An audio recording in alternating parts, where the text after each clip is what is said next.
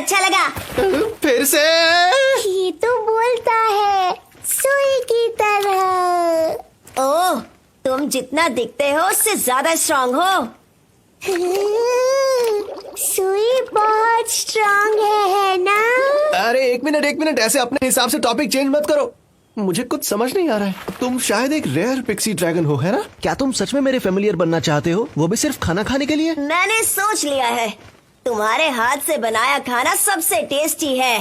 इसका मतलब तुम्हारे साथ रहा तो हमेशा ऐसा ही खाना मिलेगा। अच्छा, तो अब तुम समझ रहे हो ना, खाने के लिए अगर मुझे कुछ समय तक किसी इंसान के साथ रहना पड़े उसमें बुरा क्या है। सही कहा फेनरिर, हमारे जैसे लंबी उम्र के जानवरों के लिए ये आम बात है। मास्टर होते हुए भी मुझे मना करने का हक नहीं है। इस दुनिया में हर तरफ भुक्कड़ ही भरे पड़े हैं क्या? मास्टर होने के नाते तुम्हारा पहला काम है